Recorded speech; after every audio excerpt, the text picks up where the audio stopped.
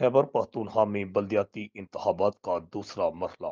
तहरीक इंसाफ ने अपोजिशन इत्तेहाद को रोन डाला। हुक्मरान जमात अकेले ही 70% वोट लेने में कामयाब, दीगर तमाम जमातें मिलकर 30% वोट न ले सकी। वजीर दफा परवेज खटक ने खैबर पख्तूनख्वा के बल्दियाती इंतखाबात में पाकिस्तान तहरीक इंसाफ की कामयाबी पर वीडियो बयान जारी किया है। तहरीक इंसाफ के उम्मीदवारों ने मजबूरी तौर पर 70% वोट हासिल, बाकी तमाम जमातों ने सिर्फ 30% वोट लिए। साल 2022 के बल्दियाती इंतखाबात खैबर पख्तूनख्वा में 65 सीटों में से पीटीआई ने 32 सीटें जीत ली, जबकि 12 सीटों पर आजाद उम्मीदवार जीते। JUIF मुल्ला फजल रहमान की जमात के 7 उम्मीदवार जीते हैं। चेयरमैनों की सीटों के इंतखाबात के हवाले से JI के 5 उम्मीदवार और मुस्लिम लीग नून के 4 उम्मीदवार, जबकि पीपल्स पार्टी ने 65 सीटों में से सिर्फ एक सीट पर उनका उम्मीदवार जीता है और 3 सीटों पर दीगर उम्मीदवार विन किए हैं। खैबर पख्तूनख्वा का